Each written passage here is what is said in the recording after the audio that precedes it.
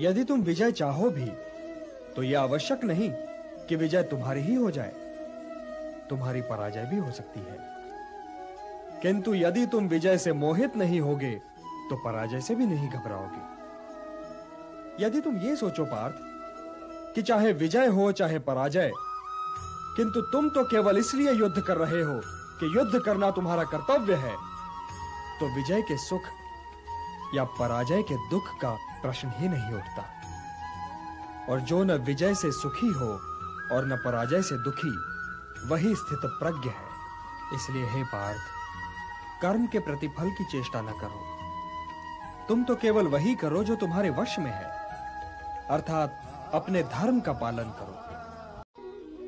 यदि तुम विजय चाहो भी तो यह आवश्यक नहीं कि विजय तुम्हारी ही हो जाए, तुम्हारी पराजय भी हो सकती है। किंतु यदि तुम विजय से मोहित नहीं होगे तो पराजय से भी नहीं घबराओगे।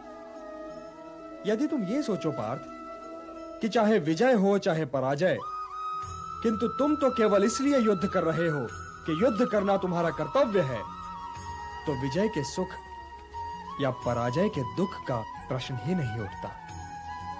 और जो न विजय से सुखी हो और न पराजय से दुखी, वही स्थित प्रज्ञ है।